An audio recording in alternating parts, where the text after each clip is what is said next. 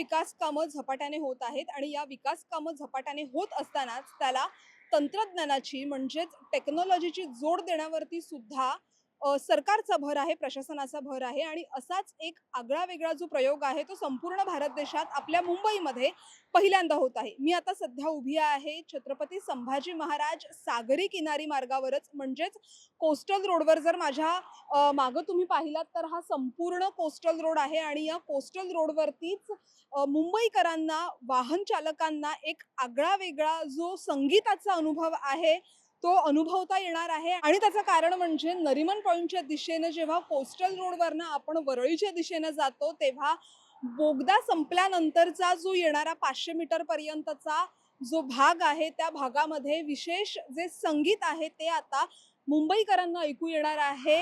Slumdog Millionaire या चित्रपटातलं जय हो हे गाणं जे AR रहमान यांचं गाणं आहे ते गाणं आता मुंबईकरांना ऐकू येणार आहे. खरं तर हा जो नाविन्यपूर्ण प्रकार आहे तो अत्यंत स्तुत्य म्हणूनही ओळखला जातो.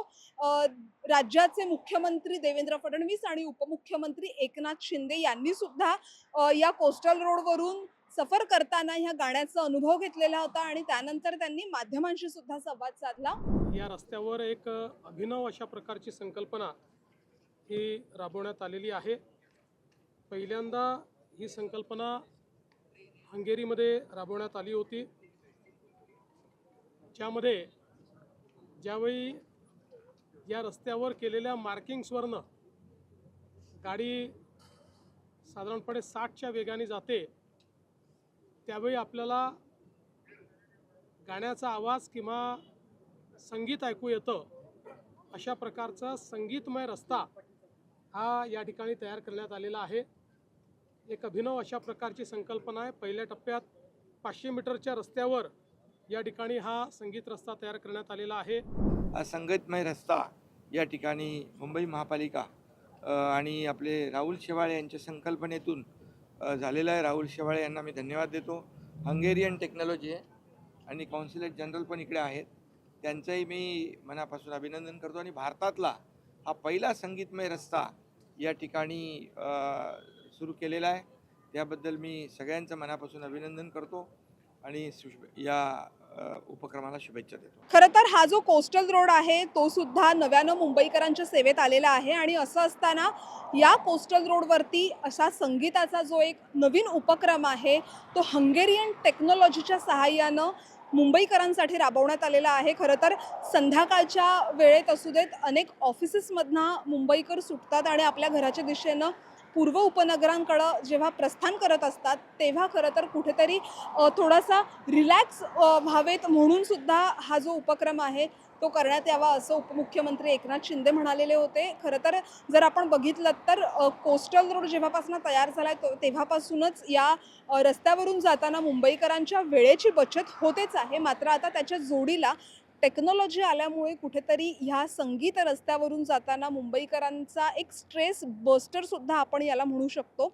हंगेरियन टेक्नॉलॉजीचा यासाठी वापर करण्यात आलेला आहे आणि आत्तापर्यंत जर आपण बघितलं तर हंगेरी, जपान, दक्षिण कोरिया आणि UAE सारख्या 4 देशांमध्ये अशा पद्धतीचा जगभरामध्ये ह्या 4 देशांमध्ये अशा पद्धतीची जी कन्सेप्ट आहे, संकल्पना आहे की रस्त्यावरून जेव्हा गाड्या किंवा वाहनं जात असतात तेव्हा त्यातून संगीत जे आहे ते ऐकायला येईल. आणि आता या 4 देशांनंतरच भारतात तेही पहिल्यांदाच मुंबईमधल्या ह्या कोस्टल रोडवर हा जो नवीन उपक्रम आहे तो राबवण्यात आलेला आहे. 11 तारखेला बुधवारी याचा जो शुभारंभ आहे तो मुख्यमंत्री देवेंद्र फडणवीस आणि उपमुख्यमंत्री एकनाथ शिंदे यांच्या गाड्यांचा ताफा या रस्त्यावरून गेलेला आहे आणि त्यामुळे त्यांनी सुद्धा याचा आनंद घेतलेला आहे आणि मुंबईकरांना हा आनंद घेण्याचं आवाहन सुद्धा त्यांनी केलेलं आहे. आत्ता जर आपण बघितलं तर एका मार्गिकेवर हा जो प्रयोग आहे तो करण्यात आलेला आहे, ती म्हणजे नरिमन पॉईंटकडनं वरळीच्या दिशेनं जेव्हा आपण कोस्टल रोडवरनं मार्गक्रमण करत असतो तेव्हा येतंय.